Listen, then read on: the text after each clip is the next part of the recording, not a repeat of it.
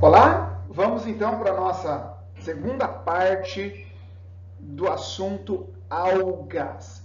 Então, lá na aula anterior, nós falamos um pouquinho sobre as características gerais e começamos a respeito da classificação. Lá nós vimos clorofícias, carofícias, rodofícias e feofícias. Perfeito? Então, agora nós veremos aqui os outros quatro. Em primeiro lugar, nós temos as diatomáceas, tudo bem? São unicelulares e planctônicas. Cara, essas algas são importantíssimas para a produtividade primária bruta, tá? São fotossintetizantes, tudo bem? A grande maioria é marinha, tudo bem? E elas apresentam vários aspectos. Olha só, esta daqui é uma fotomicrografia de uma diatomácea. Você pode ver, eu gostaria que você observasse nessa figura aqui, que a parede celular dela é formada por duas carapaças que se encaixam, tudo bem? E elas podem apresentar várias formas, né? Como está representado nessa outra imagem aqui, tudo bem? Então elas são unicelulares, marinhas, em sua grande maioria, tudo bem? Então elas apresentam clorofilas A e clorofilas C, apresentam fulxantinas, tudo bem? Fulxantinas e carotenos como pigmentos. E o que chama atenção?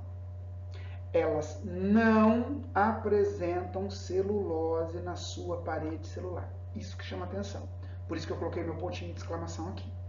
Tá? Lembre-se que a parede celular, como eu falei para vocês agora há pouquinho, elas apresentam duas valvas. Aqui eu tenho a valva menor e uma valva maior, que se encaixam.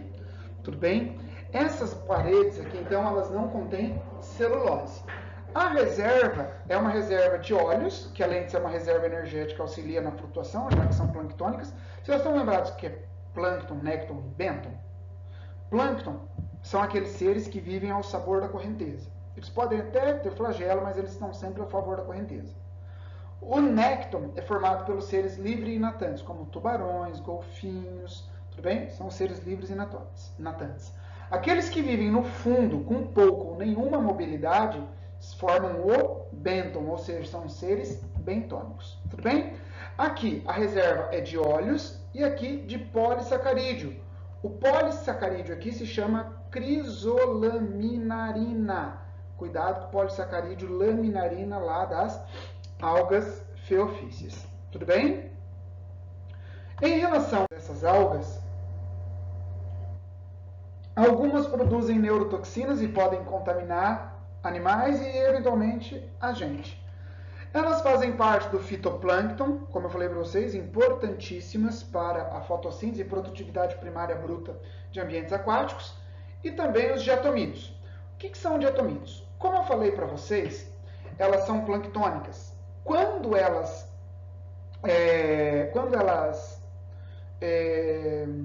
morrem, elas sedimentam no fundo do oceano, formando rochas sedimentares chamadas diatomitos. Tudo bem? Como elas estão no nosso planeta há milhares de anos, elas sedimentaram.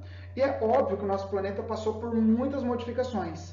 Então, o lugar onde era submerso, agora está na superfície, como é o caso dessa foto aqui, ó. Tudo bem? Ó? Aqui é um local repleto de diatomitos. E esses diatomitos têm várias funções. Por exemplo, como eu coloquei na foto aqui, ó, são utilizados para a produção de tijolos refratários.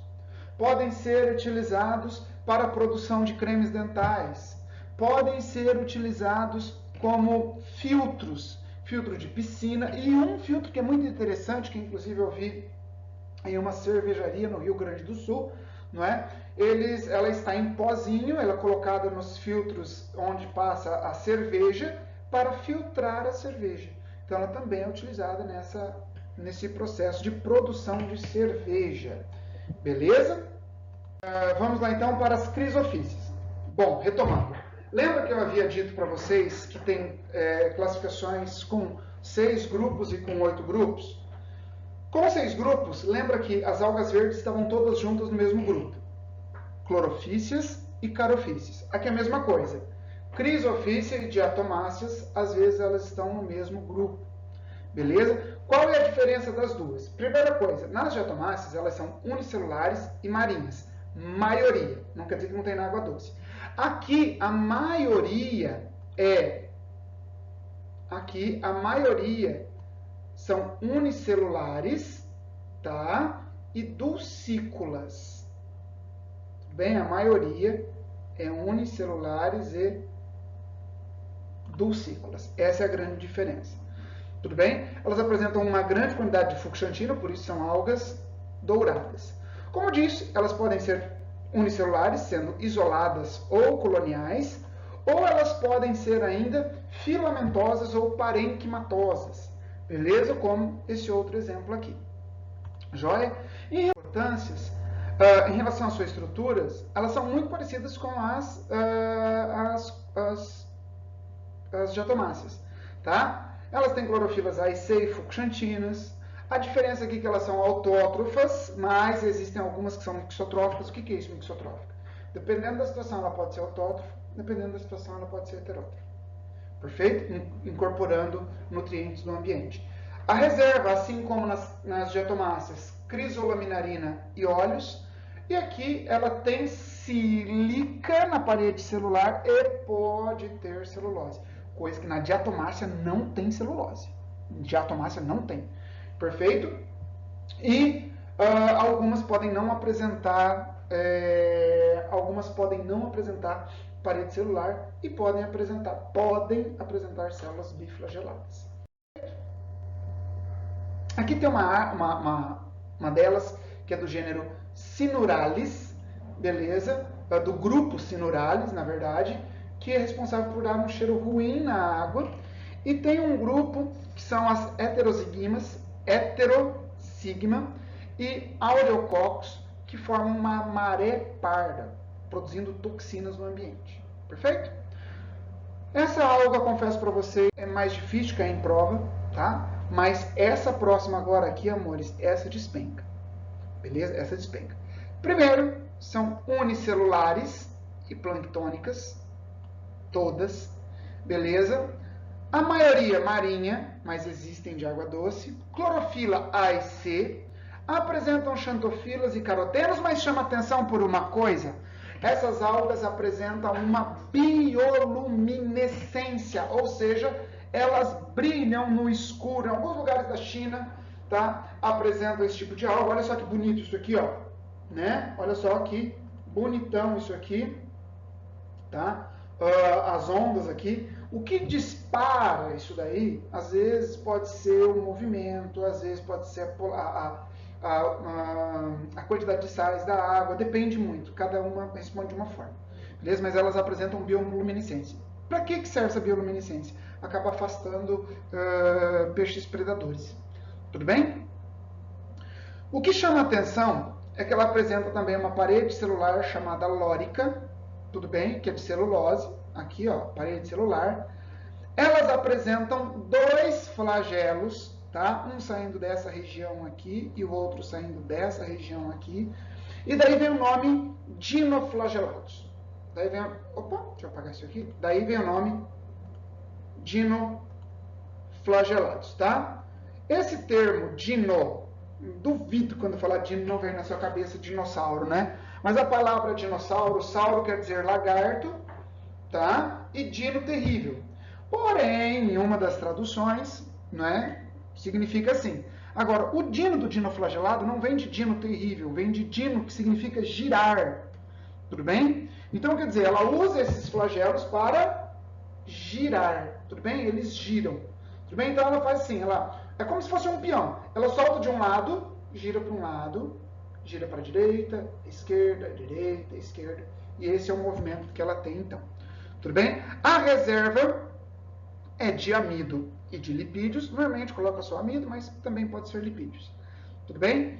E o que são, meus amores? São as suas importâncias. Essa daqui, por favor, ó. Lembra que eu falei? Alga vermelha não causa maré vermelha. Quem causa maré vermelha normalmente são os dinoflagelados.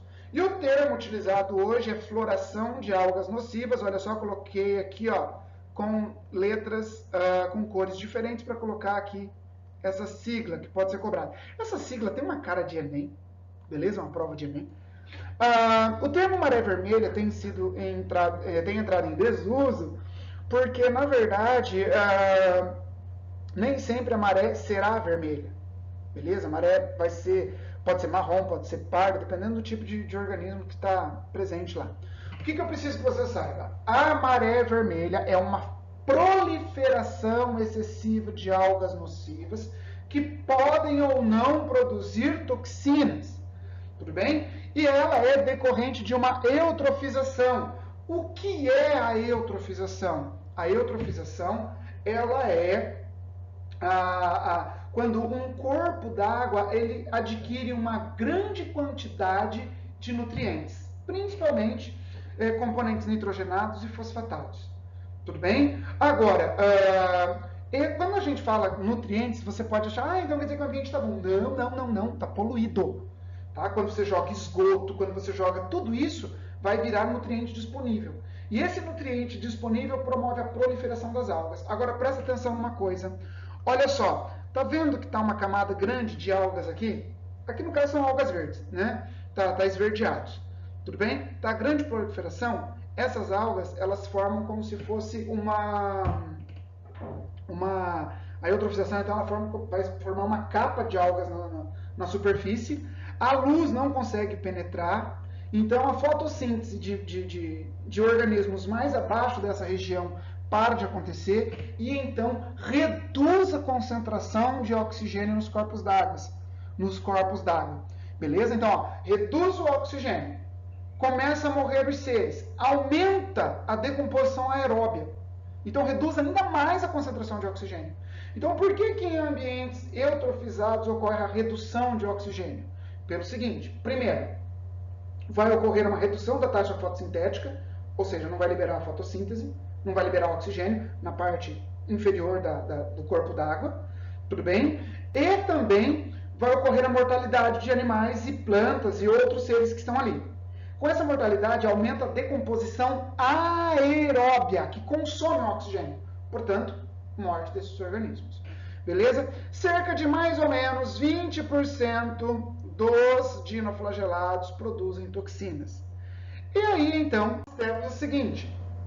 Como eu falei para vocês, o termo maré vermelha, ele deve entrar em desuso, tá? Porque nem sempre a maré vermelha vai ser vermelha. A maré vermelha ela pode ter outras cores, dependendo do micro-organismo que está lá. E aí, as toxinas, por exemplo, elas podem gerar uma síndrome paralisante, tá? Uma síndrome paralisante, como aqui pela Alexandrinum, tá? Amnésica, a Pfiesteria piscicida, que é essa menininha aqui, beleza? E uma diarreica. Agora, o que é essa outra menininha aqui? O que eu queria que vocês soubessem? Pode ser problemas que vá de uma gastroenterite, uma diarreia, até a morte. William, eu posso me contaminar? Sim, se entrar na água, uma contaminação direta, ou se você se alimentar de seres que estão contaminados. Então pode ter essas duas condições aí. Tá? Pode ser uma contaminação direta, você entrar na água contaminada, que não é legal você saber que a água está contaminada e entrar, né? E a contaminação por meio de animais contaminados. Por exemplo, existem alguns animais que são muito resistentes a toxinas, como é o caso dos moluscos, por exemplo, bivalves. Não é? Eu, às vezes, tenho um pouco de receio de comer ostra, por exemplo, porque elas são filtradoras. Mas hoje elas são cultivadas em pequenas fazendinhas aquáticas que eu creio que seja bem regulamentado isso, tudo bem? Outra coisa que elas fazem também, então, ó, vem comigo. O que tem de importante até agora nos dinoflagelados? Tá? Eles têm os flagelos, se movimentam em giro, têm bioluminescência e maré vermelha.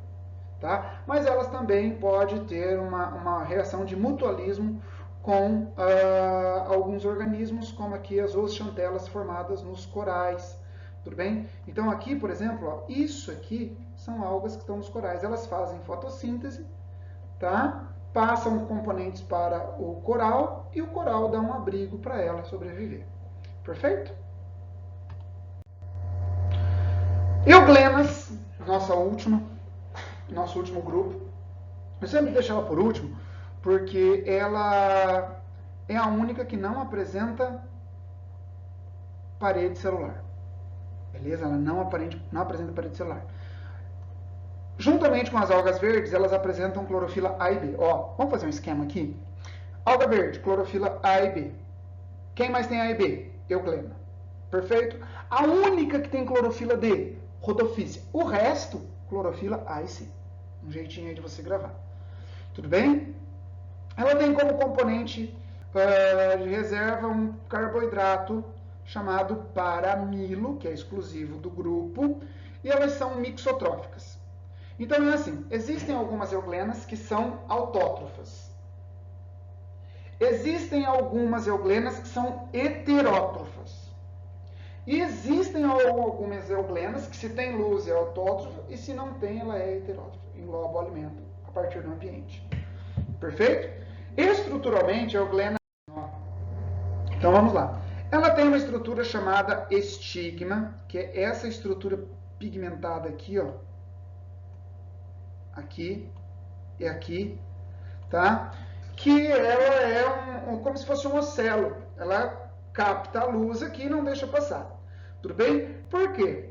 Na base do flagelo existe um fotorreceptor, não é, que vai detectar a luz e vai direcionar, então, a euglena em direção à luz com a intensidade apropriada para ela. Nossa, ficou horrível isso aqui.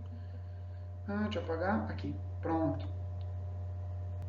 Vem aqui. Isso. A euglena, então, se move em direção à luz. Então, essa é a estrutura, o estigma. Isso já caiu para o vestibular da UEM, tá? Aí nós temos aqui dois flagelos. Um flagelo longo, que sai daqui dessa estrutura, ó, né? Aqui da estrutura. E um flagelo curto que fica aqui dentro. Perfeito? Um vacúolo contrátil, como ela não tem parede celular, ela precisa regular a quantidade de água que entra e sai, principalmente aqui nas formas dulcícolas, né? E aí nós temos aqui o seguinte, a grande maioria é dulcícola, né? O núcleo, essa versão que está aqui, ela é autótrofa porque tem cloroplasto, e aqui apresenta a membrana plasmática. Agora eu gostaria que você soubesse o seguinte, ela não tem parede celular, porém apresenta uma película proteica embaixo da membrana que dá uma sustentação à estrutura celular dela. Beleza? Então, normalmente o que cai da euglena é isso daí. Filé? Reprodução. Só lembrando que eu vou falando, por exemplo, tanto em algas quanto em fungos, eu vou falando as características e já vou falando as importâncias junto. Tudo bem? A reprodução, elas podem ter uma reprodução assexuada por divisão binária. Beleza? Aqui, por exemplo, uma euglena, né? Uma euglena, ela vai se dividindo, originando duas. Em eucariontes, a divisão binária é uma mitose, diferente das bactérias, que divisão binária lá não é mitose. Perfeito? Aqui, coloquei da diatomácea porque ela tem uma divisão binária, mas o que eu gostaria que você soubesse? Sempre, observa aqui para mim, fazendo um favor, eu vou até grifar aqui, ó. Olha só, aqui tem amarelinho, olha só. Observe que eu tenho uma válvula maior e uma válvula menor. Perfeito? Sempre, a cada ciclo de reprodução, uma população vai ficando menor e a outra acaba ficando do mesmo tamanho. Então, uma parte sempre vai ficando cada vez menor, até chegar a um ponto crítico. Tudo bem? Esse ponto crítico aqui, quando ela chega num tamanho muito pequenininho, daí ela se reproduz sexuadamente, e ao se reproduzir sexuadamente, ela volta a ter o tamanho original da espécie. Perfeito? Então, é isso que eu gostaria que vocês soubessem, tá bom? Então, ela tem aí, cada vez, o tamanho de ponto crítico dela é aproximadamente 30% do tamanho normal dela. Aí ela volta a ter uma reprodução sexuada. Então, isso que chama atenção aqui só, que sempre uma vai dividir, vai formar duas, uma fica com o tamanho normal e a outra fica com o tamanho menor. Aí uma com o tamanho normal, a outra com o tamanho menor. Sempre assim. Beleza? A reprodução sexuada, ainda quanto à reprodução assexuada, nós temos um tipo de reprodução por fragmentação do talo. O talo se fragmenta e origina duas algas novas. E tem também o processo de zoosporia, que é a formação de zoósporos, que são esporos flagelados, tá? Que são formados nas células através de mitoses. Então, aqui vai acontecer a formação desses, aqui tem essa alga é do gênero Ulotrix, tudo bem? Então, aqui essa alga, ela vai formar esporos flagelados. Esses esporos flagelados são liberados no ambiente, fixam em um substrato e originam um novo filamento multicelular.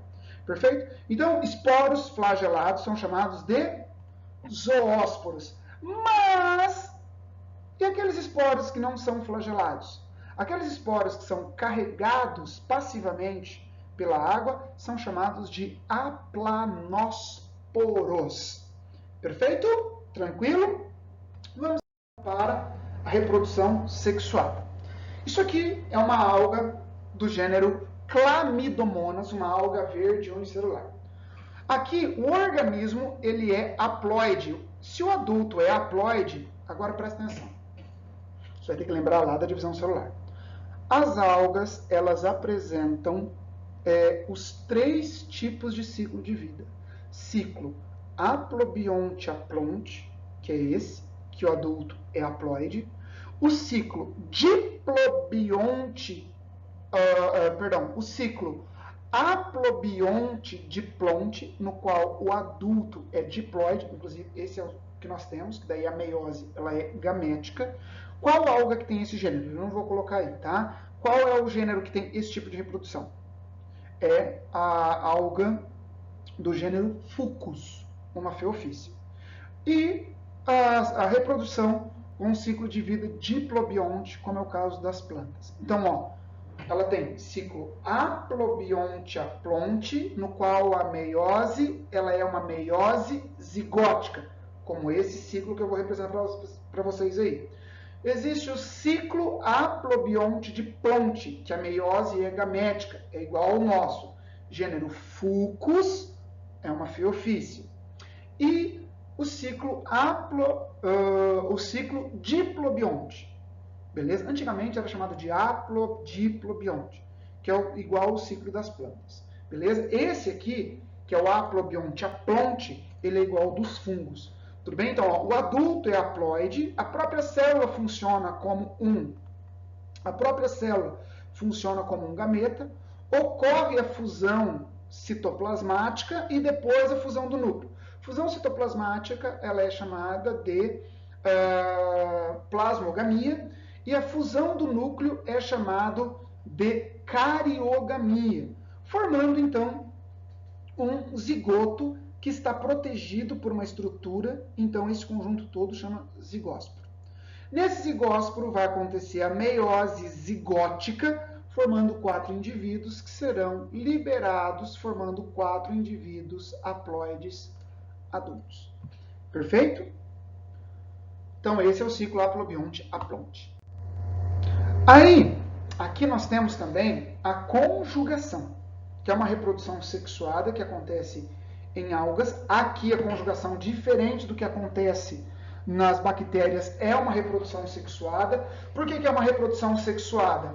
Porque vai ocorrer a passagem do material citoplasmático para a célula conjugante. Aqui está formando, olha só, aqui está formando o tubo de conexão, beleza? Aqui, tá? E aí vai passar o conteúdo. Esse conteúdo aqui vai se misturar ao conteúdo genético dessa outra célula, formando então um zigoto. Tudo bem? E daqui vai formar os esporos que serão liberados para o ambiente. Tudo bem? Tranquilo? O ciclo diplobionte ou haplodiplobionte, como eu disse para vocês. Existem duas etapas aqui, o esporófito e o gametófito. Esporófito, se você for traduzir fielmente, esporófito, olha só, fito quer dizer planta, entre aspas aí, esporo, esporo mesmo. Então é a fase de vida que vai produzir esporo. Gametófito é a fase de vida que vai produzir gameta. Agora a pergunta que eu te faço é a seguinte, dá para você diferenciar as duas morfologicamente? Em algas isso não dá. Em plantas você vai ver que isso é possível. Agora em algas isso não dá para acontecer. Então vai ocorrer a formação de esporos, aqui são liberados esses zoósporos, que caem em um ambiente favorável e formam os gametófitos. Tá? Então o esporo é haploide, aqui a meiose é espórica. Então as células do esporófito sofrem meiose, então aqui vai ocorrer a meiose, aqui ocorre a meiose, formando os esporos haploides. Perfeito?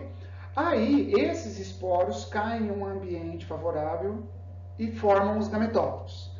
Cada um desses gametófitos formam os gametas haploides que, fora do organismo, passam pela fecundação, originando um zigoto. Esse zigoto se desenvolve, sem nutrição materna nenhuma, originando, então, o esporófito, que é diploide. Perfeito? Então, esse é o ciclo diplobionte que acontece, por exemplo, nas algas verdes, algas vermelhas. Tudo bem? Sim, então, nós fechamos algas. Aqui estão as referências bibliográficas, tá? Principalmente Amabis e Marto, Sérgio Linhares e Sônia Lopes, que são os livros de ensino médio. Tudo bem? E aqui a Franceschini, que é um exclusivo de algas. Esses aqui também são de ensino superior, que é o Raven, e Rees, que é a biologia de Campbell. Tudo bem? Também são livros de ensino superior. Então aqui nós terminamos o assunto algas. Beleza, meus queridos? Até mais!